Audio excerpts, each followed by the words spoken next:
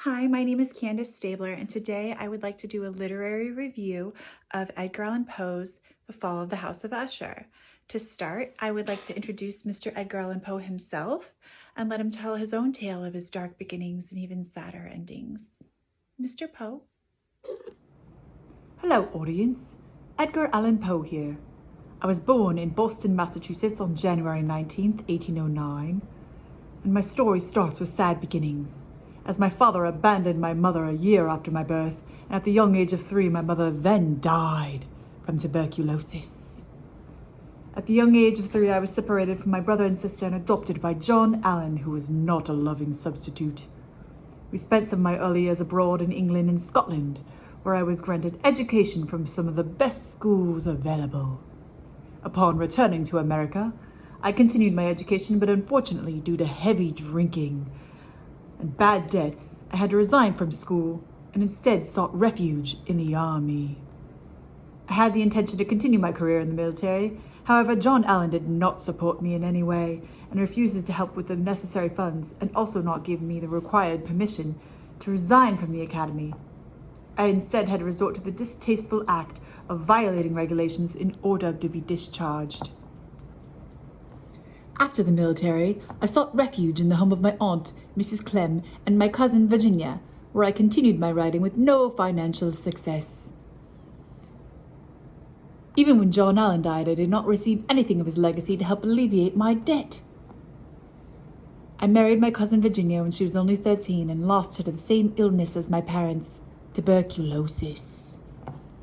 She ironically died at the same age as well, 24, the same age as my mother when she passed. The years following I spent writing dark stories, and on October 7th, 1849, I died. It is said that I was wandering the gutters in Baltimore and taken to a hospital where I died a few days later. My last words were, "Lord, help my poor soul." One of Poe's most famous works, The Fall of the House of Usher, tells the tale of a presumably haunted house.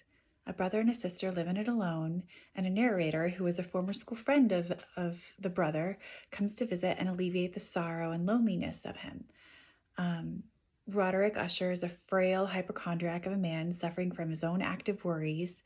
He's sad and he just wants company. So upon arriving at the house, the narrator describes what he sees as a desolate manor sitting near a tarn, which is like a dirty, dark lake. The manor seems to have a crack or a fissure going down the middle. It looks like it's crumbling. It looks decayed. It's sad. It's very gothic in its appearance. When he sees his friend, he describes him as a withered and rotting version of the man he once was. He seems to be a slave to his own fear. He's very much a hypochondriac. J.O. Bailey likens the demeanor of Roderick to that of a vampire in his critique. He says that he's secluded himself in his house for many years. He has a distaste for anything other than certain foods. He's sensitive to light. He's disgusted by the scent of flowers. And these are all common traits of that of a vampire. The narrator stays in the house, and during his time there, he only sees Roderick's sister once on the day that he arrives, and she kind of glides through the room like a ghost, and that's it. He doesn't hear or see her again, and Roderick lets him know that she's cataleptic. She freezes and gets paralyzed for periods at a time. She's very ill, that's kind of a foreshadow of the outcome of the tale, in my opinion. The gentlemen spend their days together. They read. Roderick plays his guitar for the narrator. Ironically, he plays him Haunted Mansion, which is kind of perfect considering that's what they seem to be staying in. At one point, Roderick comes to the narrator and he says that his sister is dead and they have to put her in the tomb underneath the home. So when they do that, Roderick notices while he's helping him that there seems to be a blush to her cheeks. But then he dismisses it from mind and just, they put her down there and they shut her in with an ironclad door.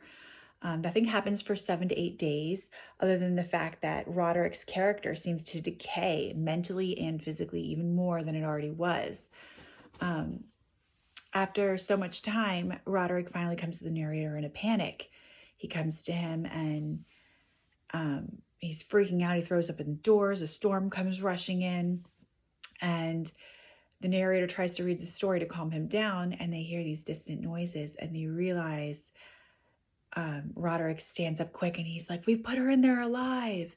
And sure as hell, pardon my language, and he yells at the door and it magically opens and she's standing there.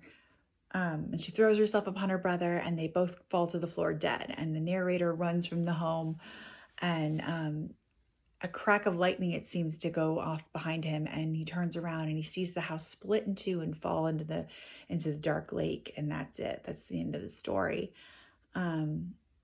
According to an essay written by Carl Mowry, the madness affecting Roderick comes to affect the narrator by the end of the story. And I totally agree with that. It seems like it's a dark infection. He says it's slowly invading the nervous systems of those that enter it, just in the same manner that Roderick seems to be becoming more and more sick and panicked and